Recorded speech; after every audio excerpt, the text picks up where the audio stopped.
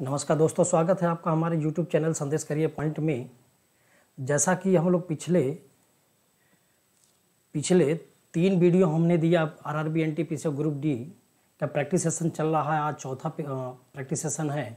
आज चौथे practice session में हम लोग क्या करेंगे, 30 प्रश्नों का हम लोग निचोड़ देखेंगे। 30 प्रश्न एग्जाम में कैसे आते हैं और किस तरीके के प्रश्न आपके रहेंगे, उन सब टाइपों को हम लोग क्या करेंगे, यहाँ पर डिस्कस करेंगे। ठीक है, तो चलते हैं हम लोग 30 प्रश्नों। लेकिन इससे पहले हम आपसे यही कहेंगे कि भाई यदि आपको क्या को वीडियो पसंद आता है तो क्या करिए, वीडियो को लाइक करें, सब्सक्राइब करें और साथ में क्या करें, वीडियो को शेयर करिए ताकि आपके जो दोस्त यार हों, ज़्यादातर लोग क्या करेंगे, इस चीज़ से लाभान्वित हो। ठीक है, तो चलते हैं क्वेश्चन की तरफ। क्वेश्चन हमारा क्या है, क्वेश्चन कह रहा है कि जब किसी वस्तु को 5% के लाभ पर बेचा जाता है तो इसे 5% की हानि पर बेचे जाने की तुलना में 15 रुपये क्या होगा, अधिक प्राप्त होता है, तो इसका क्रय मूल्य क्या होगा। ठीक है, तो 5% के लाभ और 5% की हानि, मैंने ऐसे क्वेश्चन को कराया था।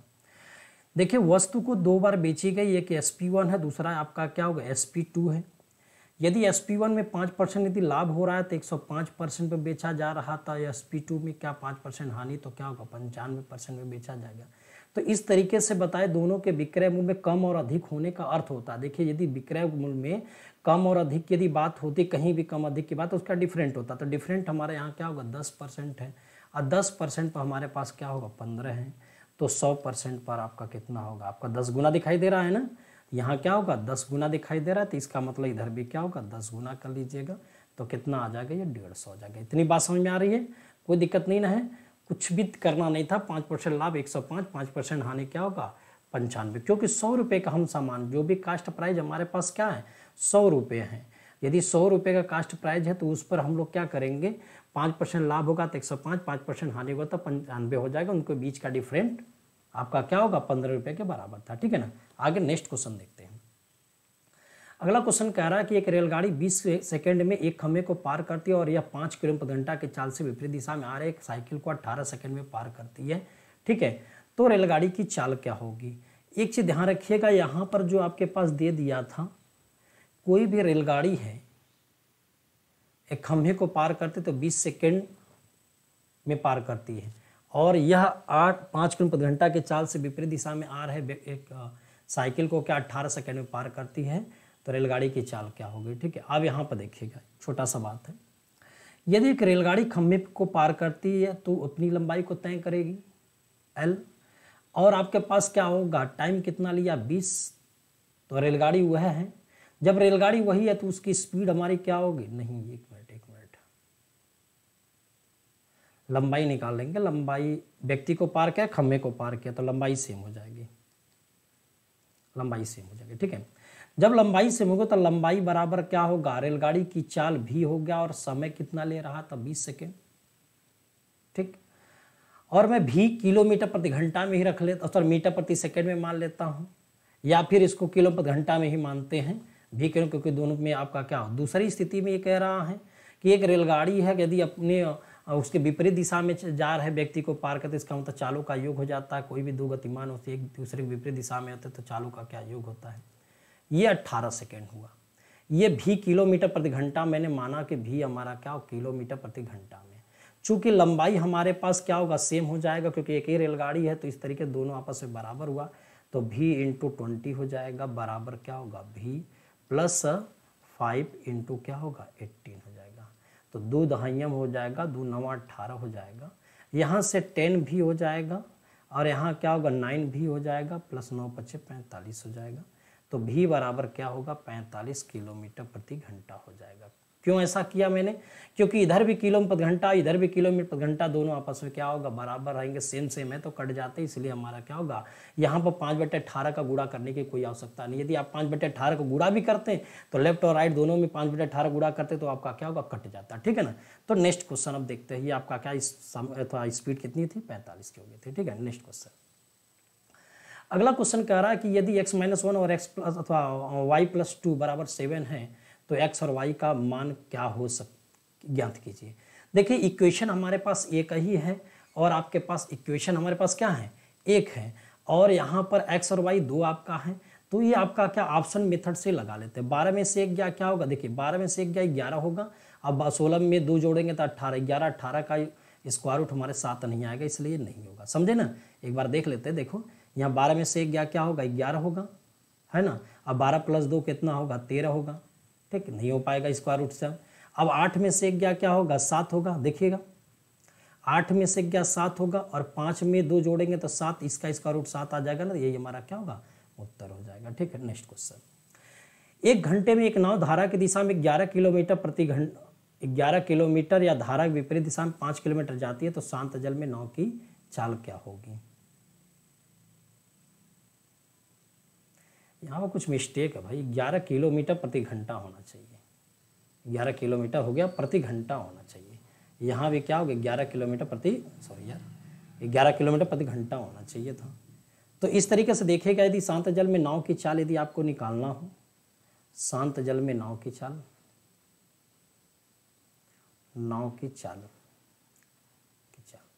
देखिए शांत जल में नाव की चाल में आपका क्या होगा? विपरीत दिशा में अथवा अनुकूल दिशा में चाल और विपरीत दिशा में चाल का योग बटा क्या होता है? 2 होता है। ठीक है, तो धारा की दिशा में अनुकूल होता है, इसलिए 11 हो गया, और धारा की विपरीत दिशा में आपका क्या प्रतिकूल होगा, इसलिए 5 यहाँ पर बटे क्या करेंगे? 2, 11, 5 कितना होगा? 16/2 कर लेंगे। तो इस तरीके से क्या होगा? 8 किलोमीटर प्रति घंटा हो जाएगा। ठीक है, तो 8 किलोमीटर प्रति घंटा। बात समझे ना? शांत जल में नाव की चाल यदि आपसे पूछेगा तो धारा की चाल, धारा के विपरीत दिशा में चाल और धारा के अनुकूल दिशा में चालों का योग बटे 2 होता है। ठीक है ना, उसी पे सूत्र पर लगा दिया गया। आगे देखिए, पेड़ के पाद बिंदु से दो ओर लिखना है। x मीटर और y मीटर की दूरी पर स्थित 2 बिंदुओं से पेड़ के शीर्ष को देखे जाने पर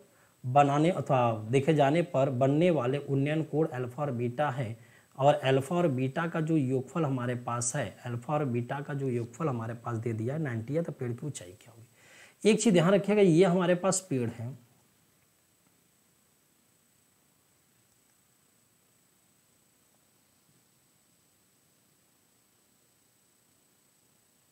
यही है, ये पेड़ है, ये पेड़ है। तिरछा हो जा रहा है यार।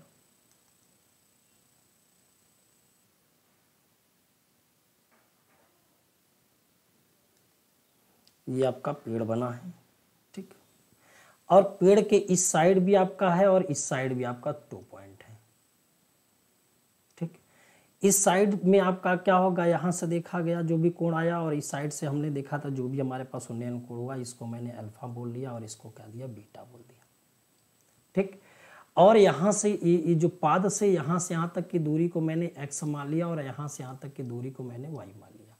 अब इस तरीके से यदि हम कह दें कि tan अल्फा बराबर क्या होगा, इसकी हाइट h है तो h/x होगा, और यहाँ tan बीटा बराबर क्या होगा, h/y होगा ना, क्योंकि एक समकोण त्रिभुज बनता है, समकोण त्रिभुज में tan बराबर लंब बटे आधार होगा, और आपका क्या यहाँ पर tan बीटा बराबर क्या हो जाएगा, लंब, यानी h बटे क्या आधार y होगा, ठीक है।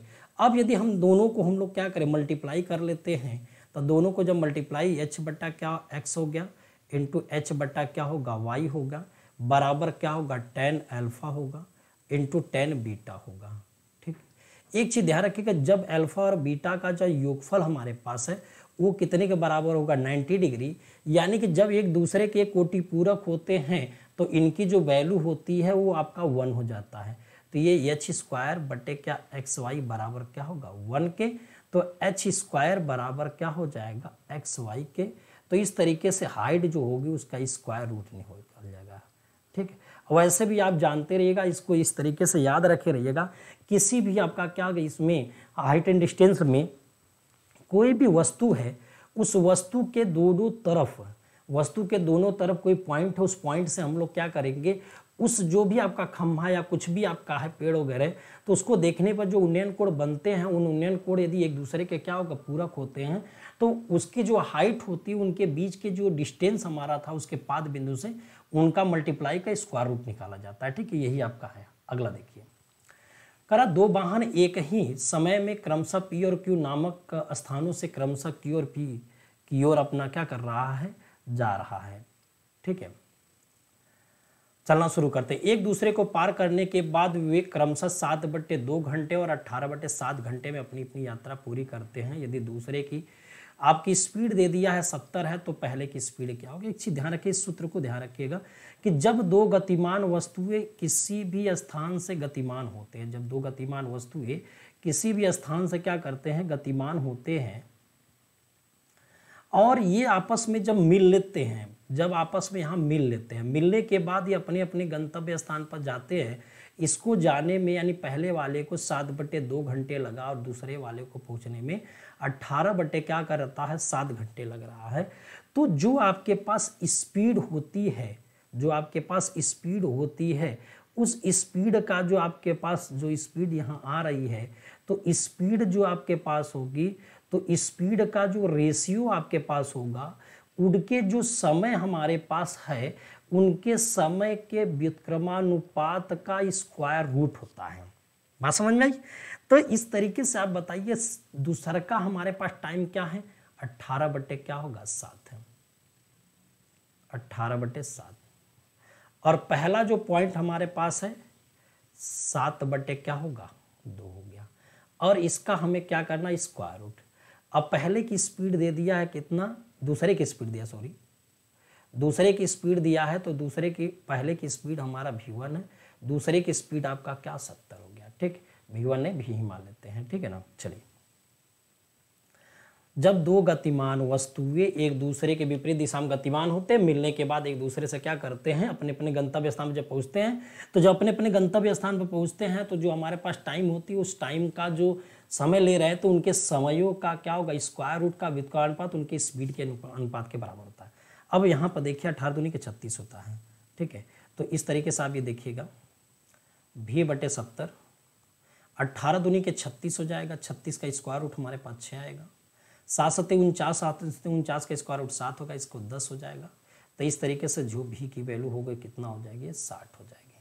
बात समझे ना? एक बार देख लीजिए फिर से। जब दो गतिमान एक दूसरे के विपरीत दिशा में गतिमान होते तो मिलने के बाद अपने गंतव्य स्थान पर किसी टाइम पर पहुंचते हैं, तो उनके टाइमों का स्क्वायर रूट का व्युत्क्रमानुपात उसके क्या होगा? चाल के अनुपात के बराबर होता है, उसी पर बनाया गया। ठीक है, आगे देखते हैं। पहले 2 वर्षों के लिए साधारण ब्याज की दर 6%, अगले 2 वर्षों के लिए 7% और 4 वर्ष से अधिक किसी भी अवधि के लिए 8%। तो 7 वर्ष के अंत में किसी मूलधन P पर प्राप्त कुल ब्याज क्या होगा? P के फॉर्म में दे दिया है। ठीक है, एक चीज ध्यान रखिएगा, बात समझ में आ रही है? यदि आपको समझ में आ रहा होगा तो आप क्या करिएगा? वीडियो को जरूर शेयर करिएगा भाई, वीडियो को जरूर शेयर करिएगा, थोड़ा सा सपोर्ट करिए, ठीक है। तभी जा करके हमारा भी मनोबल बढ़ेगा और हम भी क्या करेंगे? एक अच्छे कॉन्सेप्टों को लेकर के आपके सामने और साथ में आपका क्या होगा? भरपूर तरीके से तैयारी के लिए अलग अलग क्या करें? बैचेस को भी स्टार्ट करने की कोशिश करें। ठीक है, चलते हैं। हमारे यहाँ क्वेश्चन में कह रहा था, पहले यहाँ पर टोटल साल का ड्यूरेशन कितने साल का है? जो हमने ब्याज दिया तो 7 वर्ष का है। ठीक, प्रारंभ का कितना लगा रहा है? 2 वर्ष, और बाद का कितना लगा रहा है? अब बाद में भी 2 वर्ष है। अब बताइए 7 साल का ड्यूरेशन 2 2 3 अथवा 4 साल होगा तो कितना बचेगा? 3 साल होगा, 3 वर्ष। अब ये बताइए कितना परसेंट दिखा रहा है? 6%। ये कितना परसेंट बता रहा है? 7%। अब बाद में लास्ट वाले का परसेंटेज कितना है? 8%। अब बताओ हर साल यदि 6% तो 2 साल में क्या होगा? 12% ब्याज। हर साल में 7% तो 2 साल में 7 दूनी के 14% ब्याज, और यहाँ क्या 8 तरीक के 24% ब्याज। यदि हम इसको सबको जोड़ देते हैं तो क्या होगा? ये 26 हो जाएगा, और 24 कुल मिला के 50% हमें क्या करना पड़ेगा? ब्याज देना पड़ेगा।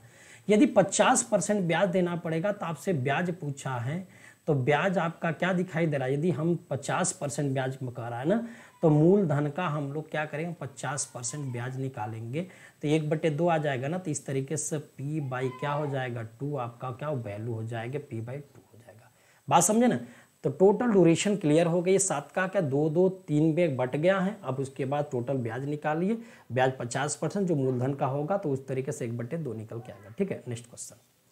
2 क्रमांगत पूर्णांकों का महत्तम समापवर्तक, जब 2 क्रमांगत पूर्णांकों का जो महत्तम समापवर्तक होता है, क्रमांगत पूर्णांक की बात होती है, ठीक है। तो क्रमांगत पूर्णांकों में यदि मान लेते हैं यहाँ पर आपका क्या होगा?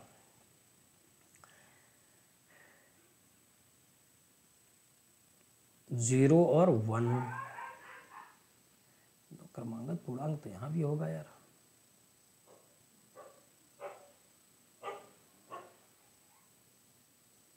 वैसे भी आप देख लीजिए कि दो क्रमांगत पूर्णांकों का जो आपका महत्तम समापवर्तक होता है वो आपका क्या होगा, 1 आएगा। कारण देखिएगा जैसे 5 और 6 हो गया, मौसा पूछा है ना, लसा नहीं पूछा है। 11 और 19 हो गया, सॉरी 11 12 हो गया, कुछ भी कर लो। दो क्रमांगत पूर्णांकों का महत्तम समापवर्तक 1 होता है। और एक चीज ध्यान रखिएगा, यदि आपके मन में 0 और 1 है तो इसका भी मौसा हमारे पास क्या होगा, 1 ही आएगा। इसका भी मौसा हमारे पास क्या होगा, 1 आएगा। ठीक है, 2 0 और 1 का महत्तम समापवर्तक हमेशा 1 आता है। इस बात को आप हमेशा याद रखे रहिएगा। ठीक है, कोई प्रॉब्लम होगी कमेंट बॉक्स में करेंगे तो हम इसका डिस्कस कर लेंगे। ठीक है ना, आगे बढ़ते हैं। मूल्यांक करें, इसका मतलब यहाँ पर क्या होगा, ये ऑप्शन दे दिया था, ए है, यहाँ क्या होगा बी ऑप्शन है, यहाँ का क्या होगा सी ऑप्शन है, और यहाँ क्या होगा डी ऑप्शन है। ठीक है, अब यहाँ पर देखिए यदि ऐसे प्रश्न आते हैं दशमलव वाले में तो एक काम करते हैं, पहले टोटल पूर्णांक बना लेते हैं। टोटल मैंने पूर्णांक बना लिया। और जब पूर्णांक बना लिया तो पूर्णांक में क्या करेंगे, जिस पर बार नहीं लगा हुआ उसको घटाएंगे, बटे क्या होगा कि जितने अंक पर बार लगा रहता उतना 9 लिखेंगे, जितने अंक पर बार नहीं लगा है उतना क्या करें 0 लिख देंगे। इस तरीके से 617 बटे क्या होगा 900 क्या होगा 90 हो जाएगा। 617 बटे 990 हो जाएगा। ठीक, आगे बढ़ते हैं। 1/4 माल 20% की हानि पर बेचा गया। यदि 10% का कुल लाभ प्राप्त हो तो बचे हुए माल को कितने % के लाभ पर बेचा जाना चाहिए। यदि पूरे माल का क्रय मूल्य हमारा क्या होगा 1600 रुपये है। ठीक है, अब ये बताइएगा 1/4 की बात बोला, 1/4 मतलब क्या होगा, 1 बटे क्या होगा 4 होता है। इस 4 में एक हिस्सा तो आपका क्या होगा 20% की हानि पर दे दिया गया। बाकी कितना हिस्सा बचा 3, जिसको हम लोग कह देंगे कि यदि x% का क्या होगा प्रॉफिट पर हो गया। क्लियर हुआ, x% का क्या होगा प्रॉफिट होगा। लेकिन कह रहा है कि यदि टोटल बात बोले तो टोटल बात हमारे पास 3 1 4 रुपया हुआ। इस 4 पर हमारा कितने % का प्रॉफिट हो रही है 10% का प्रॉफिट। ये लगाने का तरीका है भाई। आप पहले अलग अलग रेशियो लिख लेते हैं। 1/4 यानी 4 में एक हिस्सा आपका हुआ तो क्या 3 हिस्सा बचा हुआ, और टोटल मिला के 4, और एक हिस्से में हमारा 20% है, 3 हिस्से में पता नहीं करना, लेकिन टोटल मिलाया तो 4 हिस्सा उसका 10%। तो इस तरीके से दिया आता है तो अनुपात प्रतिशत का क्या गुणा कर लेते हैं। यहाँ 3x हो गया, यहाँ क्या होगा 40 हो जाएगा। तो 3x बराबर क्या होगा, इसको देखेंगे 60, तो x बराबर कितने होगा 20%। ये तरीका है, समझ लीजिएगा। ऐसे प्रश्न जब भी आएगा तो क्या करेगा, इसी तरीके से बनाते रहेंगे और यही सीखते जाइए। आगे के बहुत सारे क्वेश्चन इस टाइप के यदि मिलते हैं तो कराते जाएंगे। ठीक है, नेक्स्ट क्वेश्चन। एक निश्चित राशि चक्रवृद्धि ब्याज की दर किसी दर पर 2 वर्षों में इतना रुपया और आपका क्या हो जाएगा, और 3 वर्षों में इतना रुपया हो जाती है, तो ब्याज का आकलन वार्षिक चक्रवृद्धि ब्याज के आधार पर किया गया, तो राशि और वार्षिक ब्याज की दर क्या होगी। एक चीज ध्यान रखिएगा, सीआई अथवा सीआई और एसआई में आपका क्या होगा 2 साल का पूछता है तो आप यहाँ पर लिख दीजिएगा 2 साल के यदि पूछता है तो दर बराबर क्या होगा 2 इंटू दोनों के बीच का डिफरेंट, यानी सीआई और एसआई के बीच का डिफरेंट होता है। सूत्र हमारा जानते रहिएगा, सीआई माइनस क्या हो जाएगा एसआई हो जाएगा, अपान क्या होगा एसआई होगा, गुणे क्या होगा या 100 होगा। तो इस तरीके से बताइए यदि आर हमें निकालना हो 2 गुणे सीआई एसआई के बीच में डिफरेंट देखेंगे तो क्या होगा 242 आया, बटे क्या होगा सी एसआई हुआ, गुणे क्या होगा 100 हो गया। तो इस तरीके से ये कट जाएगा, तो कितना % आपका यहाँ पर आएगा 20% हो जाएगा।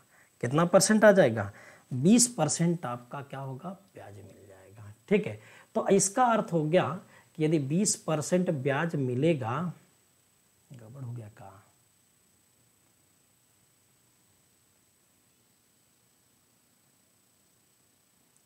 242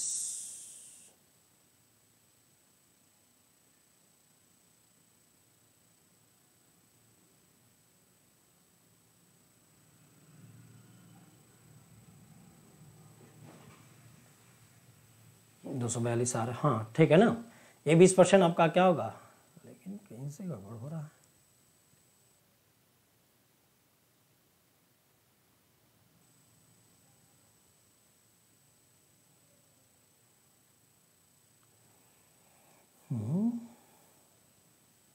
तो सीआई माइनस एसआई बटे एसआई गुणे 100, इन दोनों के बीच का अंतर 242 हुआ, बटे एसआई हमारे पास कितना होगा कट जाएगा यहाँ से 10 20।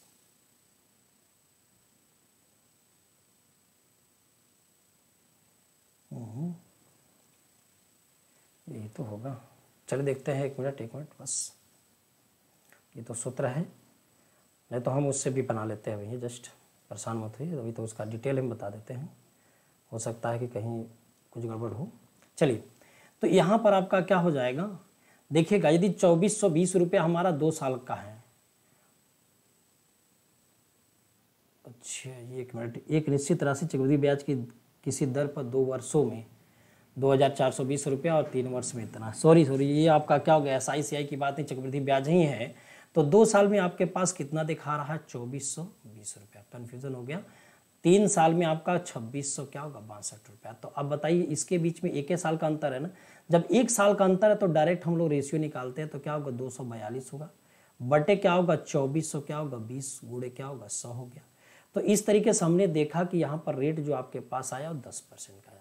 तो 10% वाला हमारा उत्तर हो जाए, इसी पे बांट दीजिए, क्योंकि उसी के हिसाब से हमारा उत्तर मिल गया था। ठीक है, हाँ, मूलधन यदि आपको चाहिए तो आप कह सकते हैं कि यदि 10% के हिसाब से 2 साल का हमारे पास क्या होगा, 21% आपका ब्याज मिलता है।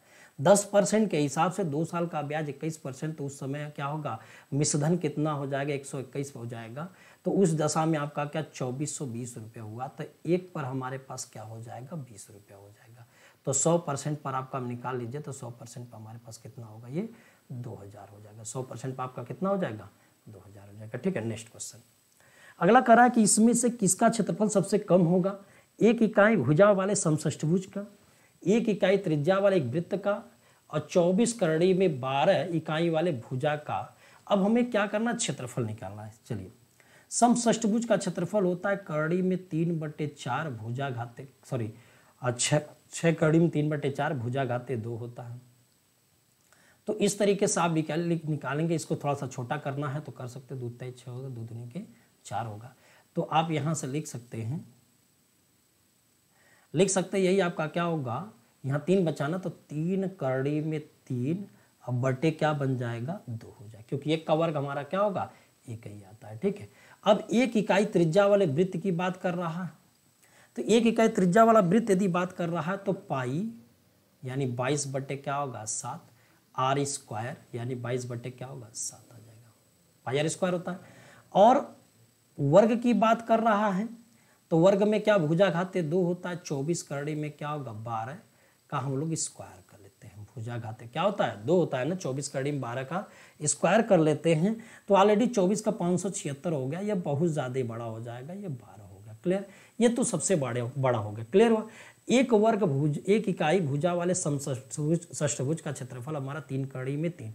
अब यहाँ 22 देखिए, 22 को हम लोग 22/7 को लिखेंगे, 3.1416 समथिंग आएगा, भाग देखिए। तो यहाँ देखेंगे तो 3 गुणे 1.732 में यदि हम 2 करते हैं भाग, तो 0.8 आएगा, और 8 तरीके 24 समथिंग आ जाएगा, समझिएगा।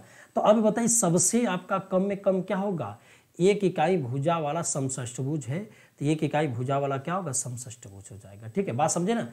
आगे देखते हैं, इसमें सरल करना है तो आप क्या करें, सीधे पहले भाग दे दीजिए। भाग देने पर ये 8 आता है, पहले 2 अंक पर दशमलव था, यहाँ से खत्म, तो कितने अंक पर दशमलव बन जाएगा, ये 4 अंक पर दशमलव लग जाएगा, तो ये आपको उत्तर हो जाएगा। ठीक, आगे बढ़ते हैं। यहाँ पर क्वेश्चन में कह रहा था भाग वगैरह कोष्टक वगैरह सब कुछ इसमें दे दिया है। तो पहले हमारा क्या होगा, इसको तोड़ते हैं। जब इसको तोड़ते हैं तो 4 प्लस क्या होगा, 6 बटे क्या होगा, 20 हो जाएगा, है ना। अब इसको थोड़ा सॉल्व कर लेते हैं, तो 2 तेईस 6 होगा, या 10 होगा, या 43 बटे क्या हो जाएगा, 10 हो जाएगा।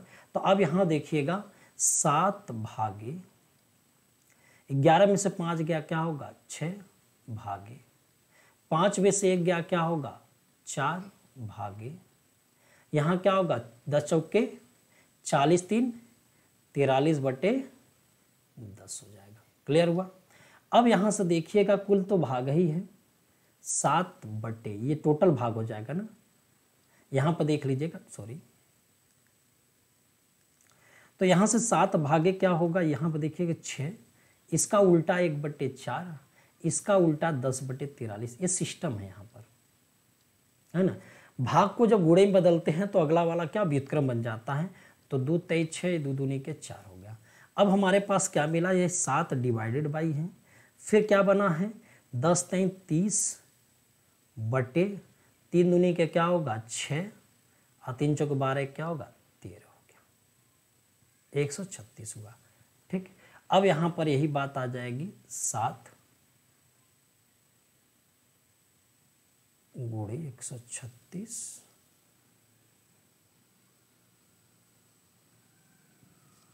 30 कहाँ से आ जा रहा,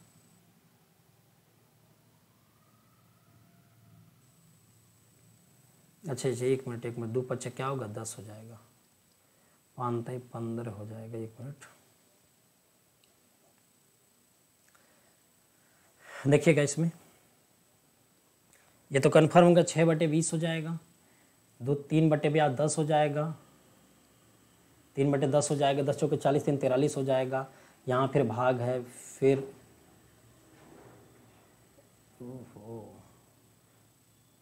एक मिनट थोड़ा सा कैलकुलेशन हम ध्यान नहीं दिए, इतना तो कन्फर्म हो गया पहले।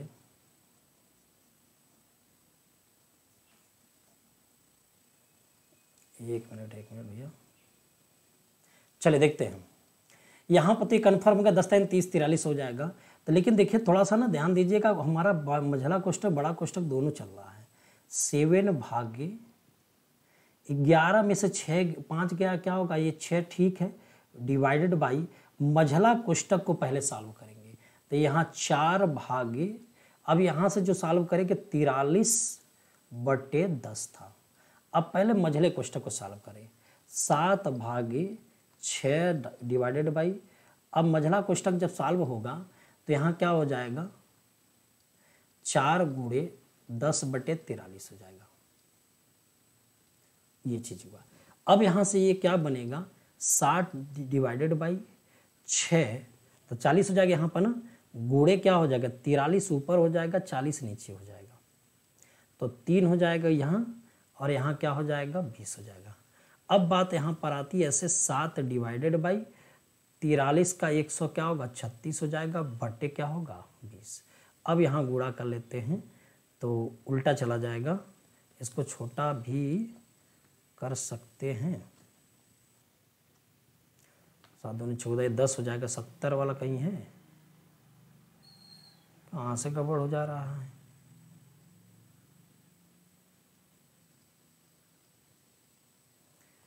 तो 136 नहीं 140 बटे क्या होगा 136 आ रहा है, 140 बटे क्या होगा 136 आ रहा है।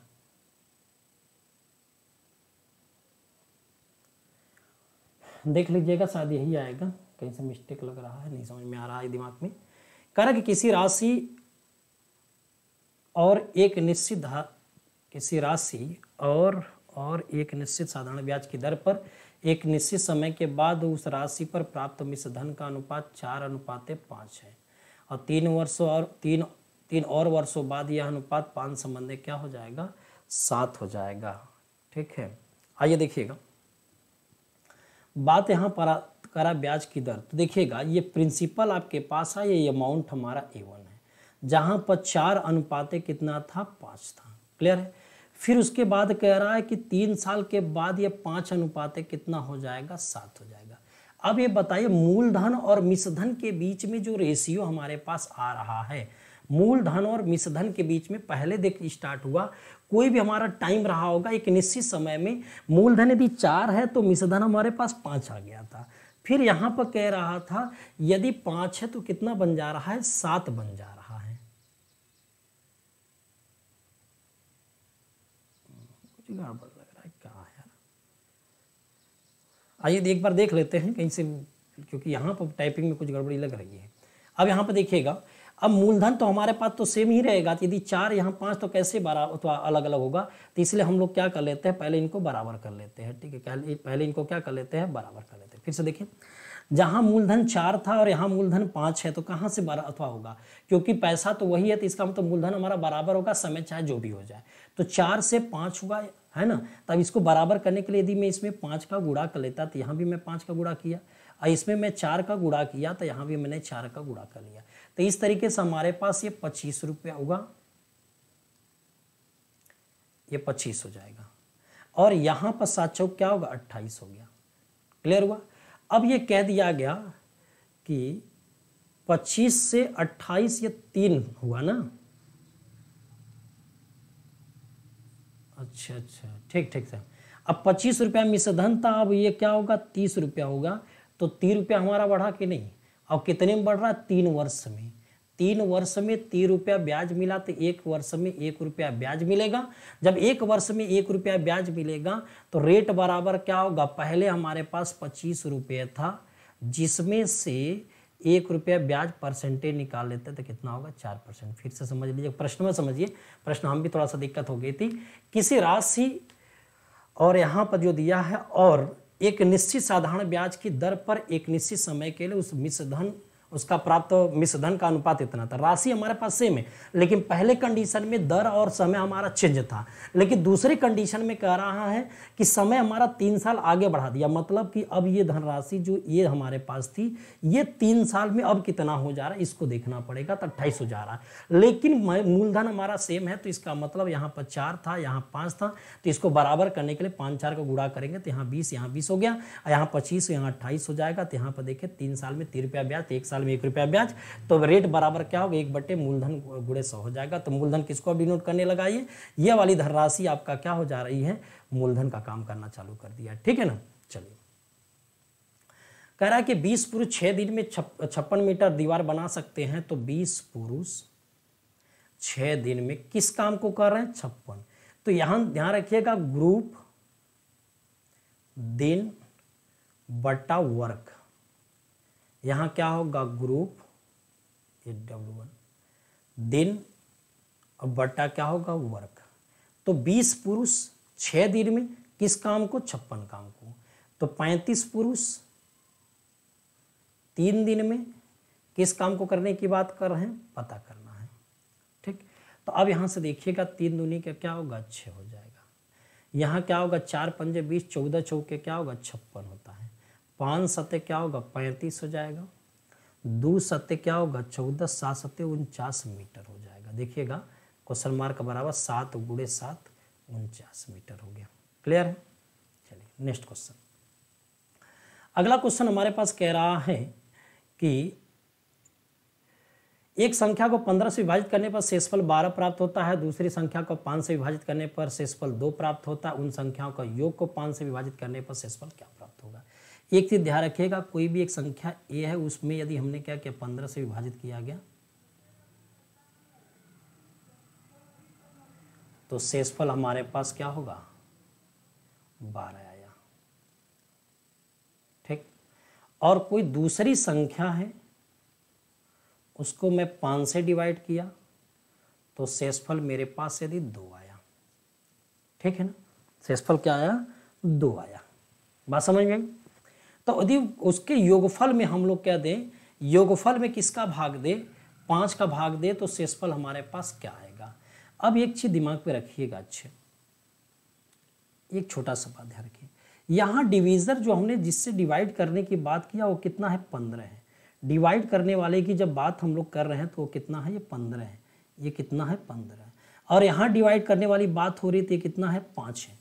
तो डिवाइड वाले को यदि हम कॉमन करते हैं, यदि मैं 3 का गुणा इसमें कर दिया तो यहाँ भी 3 का मैं गुणा करूंगा। बस ना, एक बात ध्यान रखिएगा, यदि आपके पास क्या होगा मैं 3 गुना कर रहा, डिवीजर को 3 गुना किया तो इसका मतलब हमारे पास पैसा अथवा धन वो संख्या भी 3 गुनी हो गई। तो उस दशा में रेट अथवा जो हमारे पास बच रहा है वो भी आपका क्या होगा 3 गुना हो जाएगा। अब इस तरीके से हमारे पास यहाँ पर शेषफल कितना होगा 6।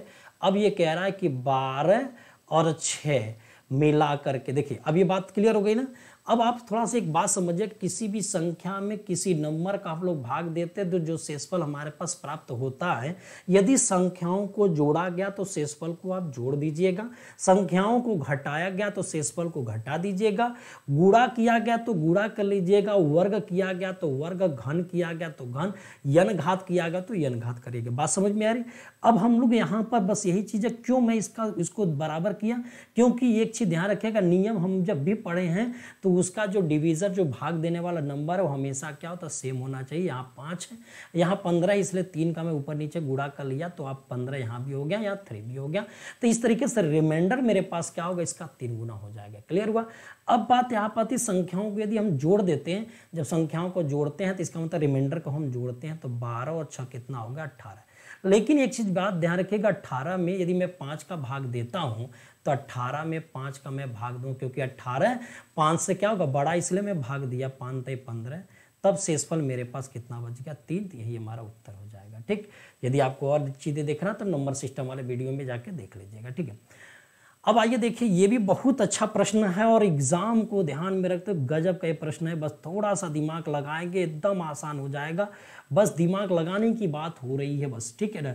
और एक चीज़ ध्यान रखिएगा कि थोड़ा सा भी प्रैक्टिस सेशन है तो आप थोड़ा सपोर्ट करिए, स्पीड भी पकड़ सकते हैं, ऐसी बात नहीं। और हाँ, जिसको स्पीड में बहुत ज़्यादा देखना हो अपनी स्पीड को क्या करेगा, यूट्यूब पर बढ़ा करके अपना क्या करेगा, देख लेगा। ठीक है ना। चलते हैं।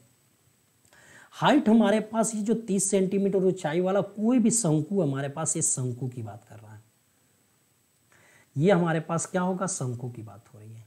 और शंकु को यहां से क्या किया गया, काटा गया है, बीच कहीं से हमने क्या किया, काट दिया, काट करके एक समतल आकृति करके काट करके निकाला गया। तो यही कह रहा है 30 सेंटीमीटर ऊंचाई वाले एक शंकु के आधार के समांतर एक तल से एक छोटा शंकु काटा गया। यदि छोटे शंकु का आयतन दिए गए शंकु के आयतन का 1/27 हो तो बड़े शंकु के आधार के ऊपर कितनी ऊंचाई से काटा गया। एक चीज ध्यान रखिएगा, ये इसकी हाइट होगी, देखिए, ठीक है। जानते हैं दो शंकु हुआ, यदि कोई भी शंकु है, यदि किसी शंकु को 2 बार 3 बार 4 बार 5 बार, चाहे जितनी बार हम लोग काटने की कोशिश करें, उसको काट दे, उसके आधार के समांतर काटा जाए।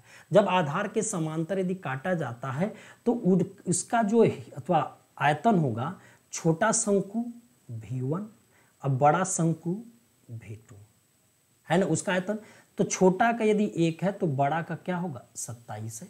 इनका आप रेशियो बना लेते हैं, बन गया रेशियो।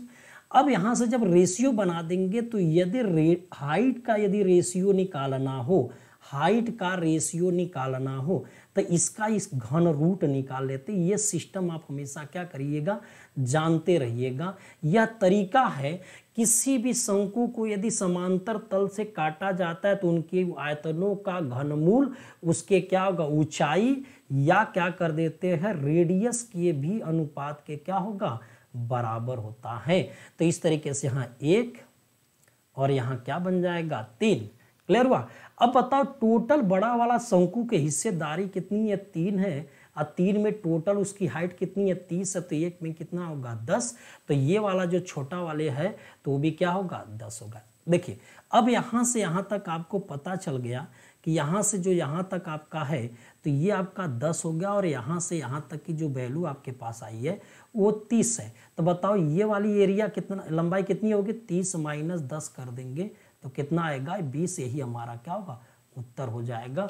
सूत्र याद रखे, नियम याद रखेंगे, ये डेरिवेशन है, इसको डेरिवेट नहीं कर पाएंगे हम, लेकिन जानते रहेगा किसी भी शंकु को यदि आधार के समांतर तल से काटा जाता है, वो 2 बार 3 बार 4 बार 5 बार 10 बार भी काटा जाए, बात समझे ना, तो उसके आयतनों का जो घनमूल होगा उसकी हाइट या रेडियस के अथवा अनुपात के बराबर होगा। तो इसलिए आयतन हमारा 127 था, उसका हम लोग क्या करें, निकाल करके बना दिए। ठीक है, आगे चलते हैं। नेक्स्ट क्वेश्चन कह रहा, यदि एक संख्या 150 से 30% अधिक की जाती है तो बढ़ा हुआ मान ज्ञात कीजिए।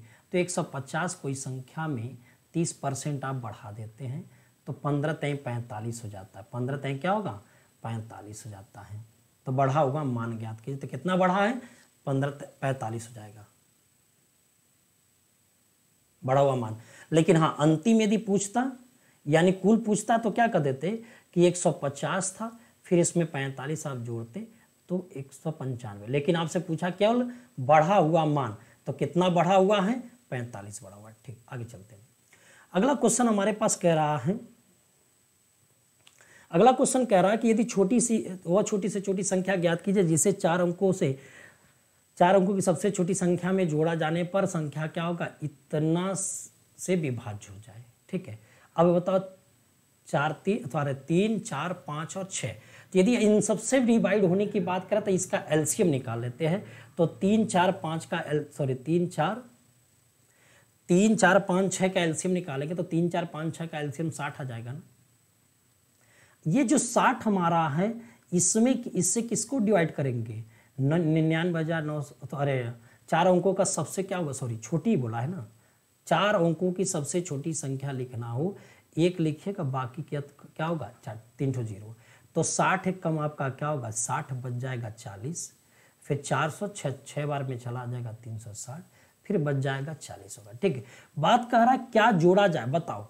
आपके पास यहाँ 40 है और ये भाग दे रहे हैं हम 60 का, तो बताओ ये 40 में 60 का भाग जा नहीं पाएगा। लेकिन यदि मुझे जोड़ने की बात की, यदि इस 40 को हमें 60 बनाना हो तो यदि हम इसमें क्या कर दे 20 ऐड कर देते तो 60 आ जाता, पूरी संख्या कट जाएगी ना।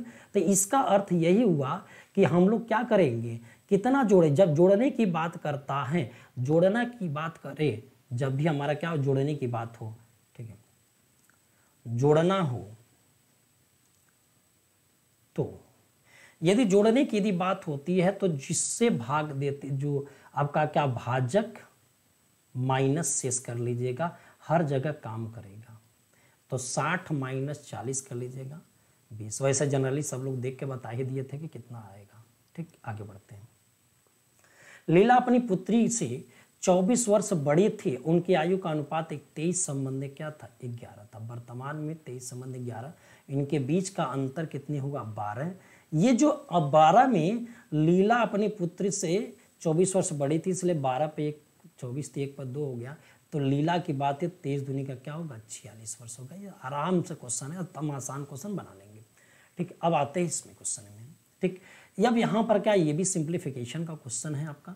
तो सिंप्लीफिकेशन में आपका क्या होगा, सीधे सबको यहाँ जोड़ दिया, 9 8 72 के 2 हो जाएगा, 9 दूनी 18 और 7 कितना होगा 25 हो जाएगा। 18 7 कितना हो जाएगा 25 हो जाएगा। प्लस 3 चौक के 12 के 2, 3 5 15 एक क्या होगा 16 हो जाएगा। 11 दूनी के 22, 11 कम 11 दूध कितना होगा 13 हो जाएगा। डिवाइडेड बाई बात हो रही 196 हो जाएगा। ठीक है, माइनस का क्या होगा 961 किसका होता है 31 का होता है, प्लस का क्या होगा 17 होगा। ऊपर कितना हो जाएगा 2 2 4 2 क्या होगा 6 हो जाएगा। 6 5 11 3 14 के 4 हो जाएगा, हासिल 1 होगा। 2 1 3 3 1 4 और 1 क्या होगा 5 हो जाएगा बटे। अब यहाँ 6 में से 1 गया क्या होगा 5 7 5 12 के क्या होगा 2 हो जाएगा। ठीक, अब यहाँ से देखिएगा 9 है, 9 में से 3 गया कितना हो जाएगा, सॉरी 1 हासिल भी हो रहेगा ना। तो 9 1 10 हो गया, 10 में से 3 गया क्या होगा 7 है, 1 कितना होगा 8 हो जाएगा। फिर आपके पास कितना हो जाएगा, तो कितनी बार में चला 18 23 54 3 बार में चला जाएगा। तो क्या उत्तर आ जाएगा 3 हो जाएगा। ठीक, आगे बढ़ते हैं। यहाँ क्वेश्चन में देखते हैं, क्वेश्चन में हमारा क्या कह रहा था, काश ऊपर की बात कर लेते हैं। तो इनका मल्टीप्लाई करने की इच्छा हो तो आप मल्टीप्लाई कर भी सकते हैं। आप यहाँ से देखिए a प्लस बी का मल्टीप्लाई करने की बात करते हैं, इसका इसमें गुणा कर लेते हैं। तो देख रहे हैं ना, काश 9 वंश है इंटू सेक 9 वंश है, प्लस बहुत आसान है, बस सीधे गुणा कर लो आ जाएगा। काश 9 वंश है इंटू कोसेक 81 अंश है, सॉरी 81। और फिर आगे बढ़ जाते हैं, साइन की बात करते हैं, साइन 81 अंश हो जाएगा। गुणा कर रहे हैं ना, सेक 9 अंश हो जाएगा। फिर क्या हो जाएगा प्लस साइन 81 अंश आएगा और इंटू क्या होगा कोसेक 81 हो जाएगा। बस गुणा कर लेते हैं। अब बटे में क्या करते हैं, एक चीज ध्यान रखिएगा, साइन और सेक का मल्टीप्लाई कब हमारा 1 होगा, जब इनका योग और इनका योग 90 हो जाए। ये सब देखिए कोटि पूरक बन जा रहा है ना, देखिए ये भी क्या होगा कोटि पूरक बन जा रहा है। तो इस तरीके से नीचे 1 और यहाँ भी क्या 1। अब देखो ये सेक और कॉस में यदि कोण हमारा सेम रहता है तो यहाँ पे वैल्यू 1 हो जाएगी। और यहाँ क्या होगा, ये भी देखिएगा कॉस और कोसेक है, कॉस और कोसेक का मल्टीप्लाई 1 कब होगा, देखिए जब θ1 प्लस θ2 इक्वल टू यदि 90 डिग्री हो गया तो कास 9 अंश और इंटू कोसेक 81 अंश की वैल्यू 1। साइन और कोसेक का मल्टीप्लाई 1 और कास कोसेक का मल्टीप्लाई 1 हो जाएगा। तो यहाँ 1 हो गया, यहाँ भी आपका क्या हो जाएगा 1 हो गया। और यहाँ भी 1 बटे क्या हो जाएगा, 1 1 2 हो जाएगा, तो 4 बटे 2 करेंगे तो कितना उत्तर आ जाएगा, 2 हो जाएगा। ठीक, आगे बढ़ते हैं। अगला क्वेश्चन हमारा यहाँ पर दे दिया है। अगला क्वेश्चन कह रहा है यहाँ पर, अगला क्वेश्चन कह रहा है कि यदि 20 प्लस, अब इसका मल्टीप्लाई करके सॉल्व करना है, एक्स यहाँ नीचे है तो सीधा सा कैलकुलेशन है, 20 और 8 पंजे 40 हो जाएगा, तो क्या आएगा 4 बटे 20 माइनस क्या एक्स बराबर 12 के, तो ये 24 हो जाएगा। देख रहे हैं 24 हो जाएगा ना, ये कट जाएगा कितनी बार में, 2 बार में, तो यहाँ क्या 2 बराबर क्या होगा 20 माइनस एक्स के, तो एक्स बराबर क्या बन जाएगा 18। सिंपल क्वेश्चन था, 18। अगला देखिए, उस बेलन की त्रिज्या ज्ञात की जिसका आयतन इतना है और उसकी ऊंचाई इतना है। तो बेलन की आयतन की बात किया 3850। बेलन का आयतन पाई आर स्क्वायर होता है, पाई आर स्क्वायर यानी 22 बटे क्या होगा 7 आर स्क्वायर, और यच कितना है, ये 25 है, 25 है बराबर। अब यहां से काटिएगा, तो यहां से देखिए काटते हैं तो 11 दूनी का 22 हो जाएगा, 11 तय 33 हो जाएगा, बात 11 पचे 55 हो जाएगा, ये होगा। ठीक, फिर यहां से 25 से काटते हैं तो 25 से कम 25 हो जाएगा, बचेगा कितना 10, 25 चौक क्या होगा 100 हो जाएगा, 2 सते क्या होगा 14 हो जाएगा, आर स्क्वायर बराबर क्या होगा 49 हो जाएगा, तो आर बराबर कितने का होगा, ये 7 हो जाएगा। अगला पी क्यू की तुलना में 50% अधिक है, यानी ये पी की कार्य क्षमता है, ये क्यू की कार्य क्षमता है। पी क्यू की तुलना में 50% ज़्यादा, यदि क्यू को यदि 100 कहते तो 150 हो जाता है, ये कार्य क्षमता उसका हो गया, तो यहाँ 3 अनुपात क्या कर देंगे 2, उसकी इफिशियंसी हो जाएगी। ठीक, तो कह रहा है कि यदि वे एक साथ मिलकर कार्य करते, चलो एक साथ मिलते हैं तो पी और क्यू का काम क्षमता जुड़ जाएगा, तो 3 2 क्या होगा 5, कितना टाइम ले रहे हैं 18 टाइम ले रहे हैं। ठीक, अब कह रहा है कि इसी कमुआ को करना है किससे, क्यू से, तो क्यू की कार्य क्षमता कितनी है हमारे पास, सॉरी क्यू की कार्य क्षमता कितनी है, क्यू की कार्य क्षमता कितनी है 2 है, तो 2 गुणे क्या होगा क्वेश्चन मार्क होगा, तो 2 9 18 9 5 क्या हो जाएगा, ये क्यू अकेले इस कार्य को कितने दिनों में पूरा करेगा। पी क्यू की तुलना में 50% अधिक, ओहो सॉरी, समय है, ठीक है ना, यहाँ पर समय दिया है भाई, समय की बात कर रहा है। ठीक है, चलिए समय की बात कर रहा है। अब यहाँ से देखिएगा, ये टाइम दिखा रहा है, ये पी और क्या होगा क्यू हो गया, यदि पी क्यू से 150% अधिक है, तो यदि इसको 100 कहते तो 150 हो जाएगा। ये टाइम है, यहाँ 3 और क्या होगा 2, तो इस तरीके से एफिशिएंसी इसकी क्या होगी 2:3 हो जाएगा। जब दोनों मिलते हैं तो 5 काम 18 टाइम में किए हैं, और क्यू की कार्य क्षमता 3 है, तो कितने समय लेंगे, तो 3 6 18 56 क्या हो जाएगा 30 हो जाएगा। आगे बढ़ते हैं, कह रहा है कि यदि ए बी सी और डी समानुपात में हो तो A square plus C square और B square plus D square के बीच का मध्यानुपात क्या होगा। चलिए, अब बात यहां पर आती है मध्यानुपात की, तो मध्यानुपात में स्क्वायर रूट बनेगा, है ना, A square plus C square, दूसरे कोष्टक में B square plus D square. अब यहां से देखिएगा, ए स्क्वायर बी स्क्वायर हो जाएगा, ए स्क्वायर डी स्क्वायर हो जाएगा, बी स्क्वायर सी स्क्वायर हो जाएगा, और सी अथवा डी स्क्वायर सी स्क्वायर हो जाएगा, यही होगा। अब ये समानुपात में है तो इसका मतलब सीधा सीधा बात होता है बीच का इस गुणा, तो यहाँ बी सी हो जाएगा, किनारे का गुणा ए डी हो जाएगा। तो जहाँ बी सी होगा वहाँ ए डी लिख दीजिए, जहाँ बी सी होगा वहाँ क्या करिएगा ए डी लिख दीजिएगा। तो जहाँ बी सी है वहाँ क्या करेंगे ए डी लिखेंगे, तो जहाँ बी सी है वहाँ क्या करेंगे ए डी लिख देते हैं, तो यहाँ ए डी लिख देते हैं। फिर भी यार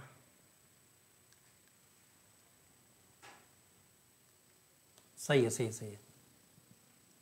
देखिए इसको हम ए डी लिख देते हैं, ए डी, तो स्क्वायर में बन जाएगा ना, तो यहाँ से कह सकते हैं यहाँ पर, चलिए जल्दी देख लेते हैं।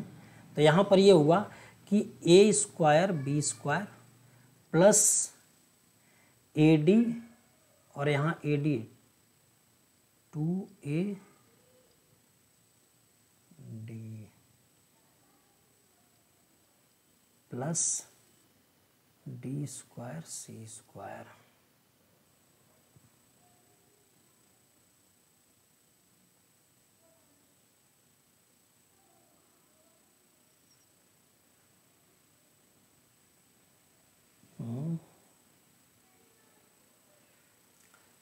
यहाँ बी सी समानुपात में है तो ए बाई बी बराबर सी बाई डी। ए सी को डिनोट कर लिया, बी डी को डिनोट कर सकता है।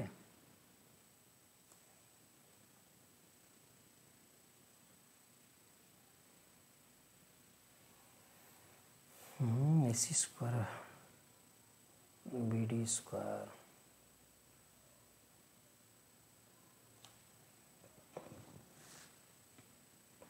मध्यानुपात क्या होगा?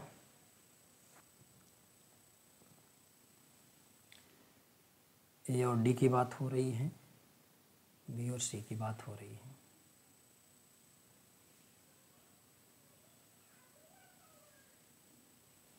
तो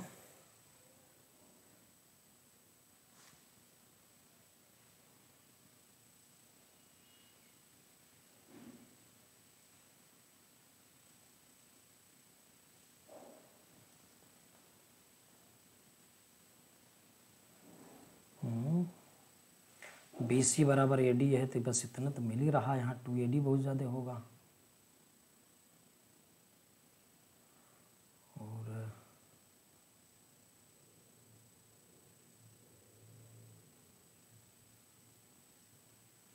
ये लिख सकते हैं ए बाई सी बराबर बी बाई डी।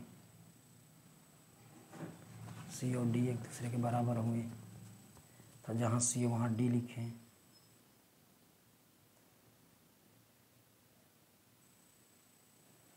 ये हुआ पी लिखें। तो देखिएगा यहाँ पर क्या ए बाई बी है, यहाँ क्या हो जाएगा सी बटे में भेज देते हैं इधर तो ए बाई सी बटे बी बाई डी हो जाएगा। तो यहाँ से बना लेते हैं। तो जहाँ ए है वहाँ क्या, जहाँ बी है वहाँ ए लिख देते, दोबारा देख रहे हैं ना, ए लिख देते। तो इस तरीके से हमारे पास ए घाते 4 हो जाएगा यहाँ पर। चलिए यहाँ 2AD है, 2AD स्क्वायर प्लस जहाँ आपके पास सी है, देख रहे हैं जहाँ सी है, ये जिस सी है ना उसके जगह पर हम डी रख देते तो यहाँ डी स्क्वायर हो जाएगा, D square D square D power 4 हो जाएगा। अब यहाँ स्क्वायर रूट बना लेते तो ये देखेंगे तो ए के पावर ए स्क्वायर प्लस डी स्क्वायर का क्या हो जाएगा, इस वर्ग बन जाएगा, उसका स्क्वायर रूट निकाल लेते हैं। तो अब यहाँ से क्या हो जाएगा,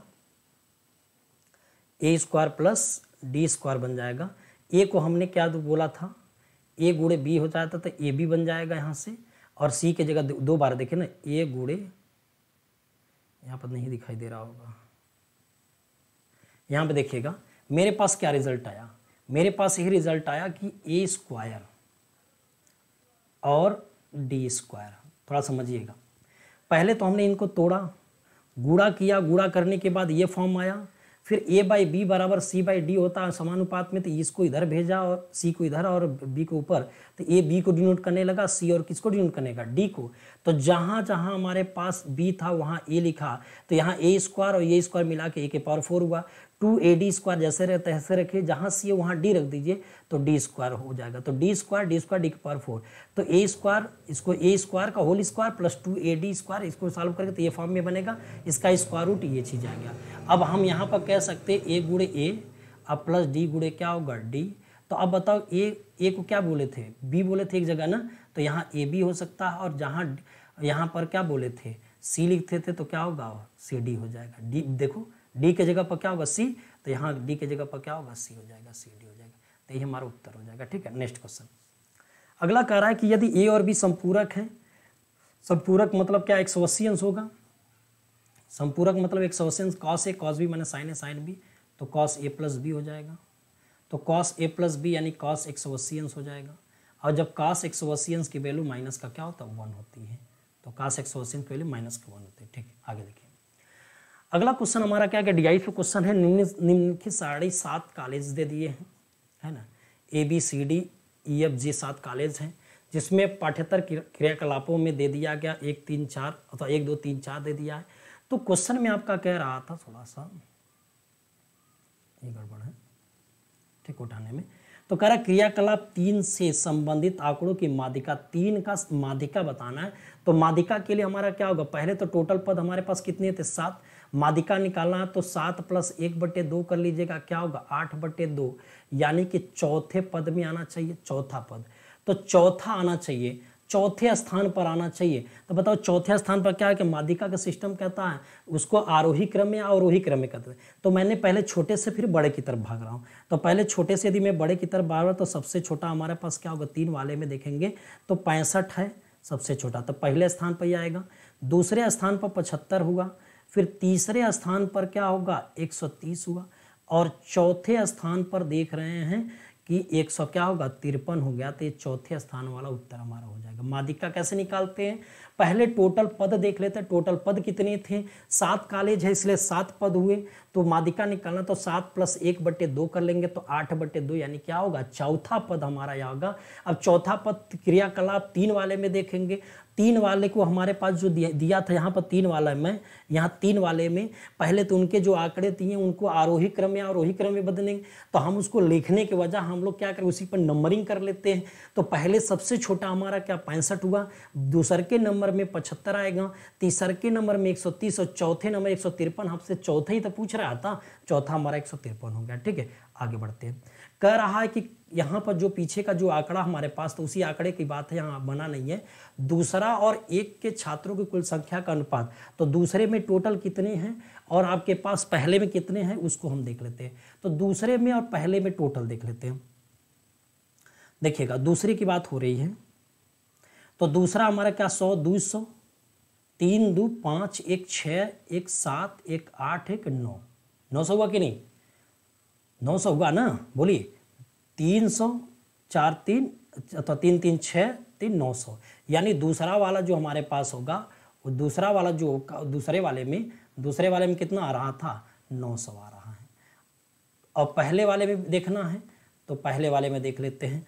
पहले वाले में आंकड़े में देखिएगा तो या 3 2 कितना होगा 500, 5 5 1000 हो जाएगा, 1000 और क्या होगा 1100, 1500, 15 5 20, 2000, 200 तो आ रहे 2000 हो जाएगा। ठीक है, तो अब यहाँ 2000 हो जाएगा तो यहाँ क्या लिख देंगे 2000।